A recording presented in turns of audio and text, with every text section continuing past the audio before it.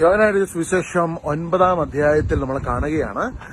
ജന്മന അന്ധനായ ഒരു വ്യക്തിയെ ഈശോ കാണുന്നു. അപ്പോൾ ശിഷ്യന്മാര് ഈശോയോട് ചോദിക്കുവാണ്, ഗുരു, റബ്ബി, ഇവൻ അന്ധനായിരിക്കുന്നത് ഇവന്റെ പാപനിമിത്തമാണോ ഇവന്റെ മാതാപിതാക്കളുടെ പാപനിമിത്തമാണോ?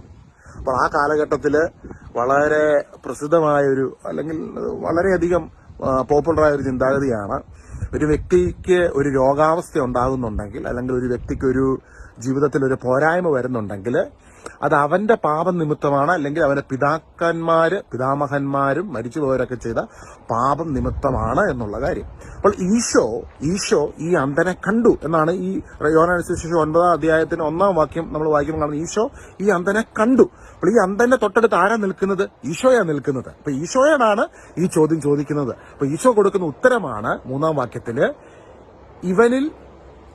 ഇവന്റെ ഈ ഒരു അവസ്ഥയ്ക്ക് കാരണം ഇവന്റെ പാപമോ ഇവന്റെ മാതാപിതാക്കന്മാര് ചെയ്ത പാപമോ അല്ല, പ്രത്യുത ഇവനിൽ ദൈവത്തിന്റെ പ്രവൃത്തി എന്നല്ല പറഞ്ഞ ദൈവത്തിന്റെ പ്രവൃത്തികൾ വെളിപ്പെടുന്നതിന് വേണ്ടിയാണ്. ഹല്ലേലൂയ. പ്രിയ സഹോദരങ്ങളെ, അന്നു മുതലാണ് ഈ ലോകത്ത് വാസ്തവത്തില് അതുവരെ രോഗികളായിട്ടുള്ളവരെയും ജീവിതത്തിലെ കുറവുകളുള്ളവരെയൊക്കെ മാറ്റി നിർത്തുന്ന ഒരു കാലഘട്ടത്തിൽ നിന്ന് ദൈവം തമ്പുരാൻ തന്നെ ആ വ്യക്തികളെ, അതായത് ജീവിതത്തിൽ കുറവുകൾ ഉള്ളവരിൽ എന്തിനാണ് ആ കുറവ് അവിടെ നിൽക്കുന്നത് എന്നുള്ള ചോദ്യത്തിനുള്ള ഉത്തരം കർത്താവ് തന്നത് അവരിൽ ദൈവത്തിന്റെ പ്രവൃത്തി എന്ന് മാത്രമല്ല പ്രവൃത്തികൾ വെളിപ്പെടുന്നതിന് വേണ്ടിയാണ്. ഹല്ലേലൂയ.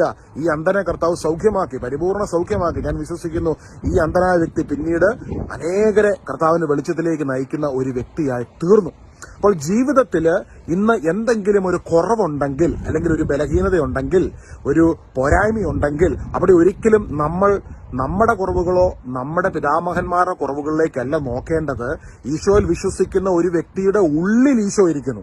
അന്ന് അന്ധന്റെ മുൻപിലാണ് ഈശോ നിൽക്കുന്നതെങ്കിൽ, ഈശോനെ വിശ്വസിക്കുന്ന, മാമോദീസ എന്ന കൂദാശ സ്വീകരിച്ച കർത്താവിന്റെ സഭയിലെ ഓരോ കൂദാശകളിലൂടെയും ധന്യരായ ഓരോ മകന്റെയും മകളുടെയും ഉള്ളിൽ കൊളോസസ് 1:27 പറയുന്നു, മഹത്വത്തിന്റെ പ്രത്യാശ ക്രിസ്തു നിന്റെ ഉള്ളിൽ വസിക്കുന്നു. ഇതേ ഈശോ ഇന്ന് നമ്മുടെ കൂടെയുണ്ട്, നമ്മുടെ ഉള്ളിലുണ്ട്. ഹല്ലേലൂയ. അപ്പോൾ നമ്മൾ തിരിച്ചറിയേണ്ടത് നമ്മുടെ കൂടെയുള്ളവന്റെ ആ വലിയ വലിപ്പത്തെയാണ്. അപ്പോൾ ആ വലിപ്പത്തെ തിരിച്ചറിയുമ്പോൾ ആത്മാവിന്റെ പ്രവർത്തനം നമ്മുടെ ഉള്ളിൽ തുടങ്ങും. പരിശുദ്ധാത്മാവ് നമ്മളെ അങ്ങ് നമ്മുടെ നിയന്ത്രണം മുഴുവനായും പരിശുദ്ധാത്മാവ് അങ്ങ് ഏറ്റെടുക്കുകയാണ്. നമ്മുടെ ആത്മാവിന്റെ, ശരീരത്തിന്റെ, മനസ്സിന്റെ നിയന്ത്രണം പരിശുദ്ധാത്മാവിന്റെ നിയന്ത്രണത്തിലാകുമ്പോൾ പറഞ്ഞറിയിക്കാൻ കഴിയാത്ത ദൈവിക സമാധാനം നമ്മുടെ ഉള്ളിൽ നിറയപ്പെടും. അതാണ് ഫിലിപ്പിയർ 4:6-7 പറയുന്നത്, 2 കൊരിന്ത്യർ 3:20 പറയുന്നത്. കർത്താവ് ആത്മാവാണ്. കർത്താവിന്റെ ആത്മാവുള്ളിടത്ത് സ്വാതന്ത്ര്യമുണ്ട്. ഈ സ്വാതന്ത്ര്യം നമ്മൾ ഉള്ളിൽ അനുഭവിക്കാൻ തുടങ്ങുന്നു. അപ്പൊ നമ്മുടെ ഭാരങ്ങളും പ്രശ്നങ്ങളും എല്ലാം ഈശോയുടെ സന്നിധിയിൽ ഇറക്കി വെക്കുമ്പോൾ സകല ബുദ്ധിയെയും കവിയുന്ന ദൈവത്തിന്റെ സമാധാനം നമ്മുടെ ഹൃദയത്തിൽ വന്ന് നിറയപ്പെടും. അപ്പോൾ തന്നെ ഈശോയുടെ ആത്മാവ് പ്രവർത്തിക്കുമ്പോൾ നമ്മുടെ ശരീരത്തിൽ സൗഖ്യം വെളിപ്പെടും. നമ്മുടെ ജീവിതത്തിൽ വഴികൾ തുറക്കപ്പെടും. പുതിയ വാതിലുകൾ കർത്താവ് തുറക്കും. അപ്പൊ അത് തുറക്കാതിരിക്കുക, അല്ലെങ്കിൽ ഇച്ചിരി ഒരു പ്രാർത്ഥനയ്ക്കുള്ള ഉത്തരം വൈകി കഴിയുമ്പോൾ നമ്മൾ നിരാശപ്പെടുകയല്ല. കർത്താവിന്റെ ആ സാന്നിധ്യത്തിൽ നിറഞ്ഞു നിന്നുകൊണ്ട്, കർത്താവെ, അങ്ങ് കുരിശിലെ ബലിയിലൂടെ എല്ലാം നൽകി കഴിഞ്ഞതിനായി നന്ദി പറഞ്ഞ് ആത്മാവിൽ നിറഞ്ഞ് ദൈവത്തെ സ്തുതിക്കുമ്പോൾ നമ്മൾ അവനുമായിട്ടുള്ള ആഴമേറിയ പ്രണയബന്ധത്തിൽ ആത്മാവിൽ നിറയപ്പെടുമ്പോൾ നമ്മൾ അറിയത്തില്ല നമ്മുടെ ജീവിതത്തിൽ വിടുതൽ നടക്കുന്നത്. ആ വിടുതലൊക്കെ കർത്താവ് നമ്മുടെ ജീവിതത്തിൽ അത് നടന്നുകൊണ്ടേയിരിക്കും, അത് മാനിഫെസ്റ്റ് ആയിക്കൊണ്ടേയിരിക്കും. യഥാർത്ഥ വിടുതൽ കുരിശിൽ സംഭവിച്ചു. ആദ്യം അവിടുത്തെ രാജ്യവും നീതിയും അന്വേഷിക്കുവിൻ. കുരിശിൽ സകലതും അവൻ പൂർത്തീകരിച്ചു.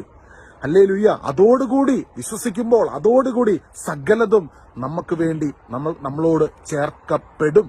കർത്താവ് മത്തായിയുടെ സുവിശേഷത്തിൽ പറയുമ്പോൾ, പ്രിയ സഹോദരങ്ങളെ, എല്ലാ കാര്യങ്ങളും first you shall seek his kingdom and his righteousness എന്ന് ഈശോയുടെ മരണത്തിലൂടെ ദൈവത്തിന്റെ നീതീകരണം നിങ്ങൾ സംഭവിച്ചു. 2 കൊരിന്ത്യർ 5:21, റോമ 4-ാം അധ്യായത്തിൽ വ്യക്തമായി എഴുതിയിരിക്കുന്ന ഈശോയുടെ പുനരുത്ഥാനത്തിലൂടെ നമ്മുടെ പാപങ്ങൾ മോചിക്കപ്പെടുകയും നമ്മളെ ദൈവം ഈശോയുടെ രക്തത്തിലൂടെ വിശുദ്ധീകരിക്കുകയും നീതീകരിക്കുകയും ചെയ്തു. ഈ തിരിച്ചറിവിൽ നിന്ന് നമ്മൾ പ്രാർത്ഥിക്കുമ്പോൾ ദൈവത്തിന്റെ പ്രവൃത്തികൾ നമ്മുടെ ചുറ്റും വെളിപ്പെടുന്നത് നമുക്ക് കാണുവാനിടയായി തീരും. ഈശോ എല്ലാവരെയും ധാരാളമായി ഇന്ന ദിവസം അനുഗ്രഹിക്കുമാറാകട്ടെ. ആവേ മരിയ, God is with you, and through him we can overcome all the troubles. Amen.